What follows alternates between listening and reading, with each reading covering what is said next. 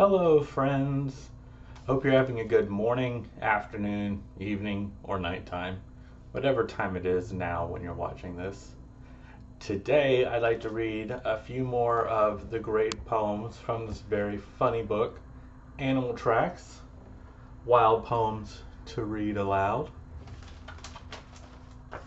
Let's get started. I just saw a mouse.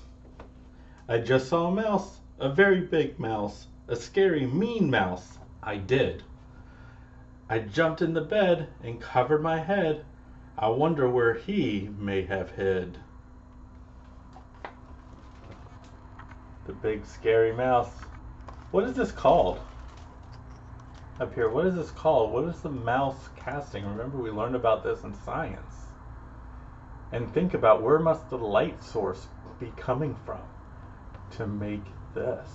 Where is the light source coming from? I wouldn't pet on it. We've got a squirrel in the attic. We've got a robin in the eave. We've got a chipmunk in the garden. We've got pets you won't believe. We've got a collie in the carport and a kitten in the house. We've got bunnies in the basement. And yes, we've got a mouse. We've got parakeets and goldfish. We've got turtles in the pond. We've got gerbils in the bathroom. And a guinea pig named Ron. We've got an ant farm in the bedroom. And a pregnant peekapoo. We've got most every animal. But we're going to the zoo. There's all the animals they have. There we go. And yet, they're going to the zoo, even though they have all of those animals. A possum in the house. A possum got inside the house. I thought it was a giant mouse.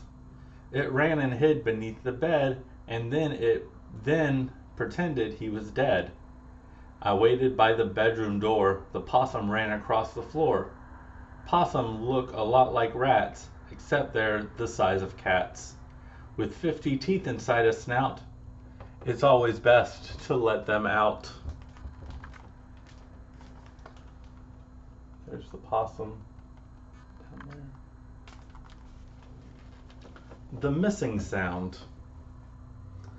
I like to listen to the sounds of every kind of bird, of every kind of animal and insect that I've heard.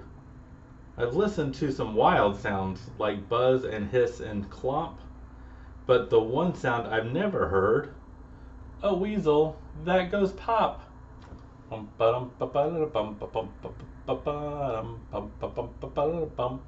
goes the weasel. The weasels don't really go pop, do they?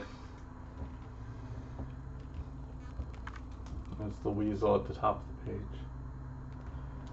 The next poem, The Butterfly and the Hummingbird. See the little butterfly, see it flutter, see it as it flutters by, floating on the morning breeze, in and out beneath the trees. See the little hummingbird, the softest sound you've ever heard. See it as it starts to zoom, in and out of every bloom.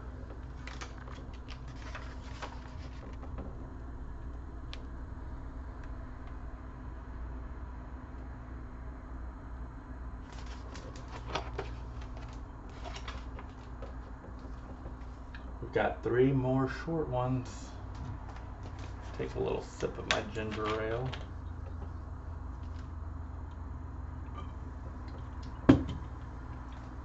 A frog on a log. Hey, big old frog on that small log. Now don't you cough or you'll fall off. You coughed. Oh no. I told you so. I messed that up. I'm trying.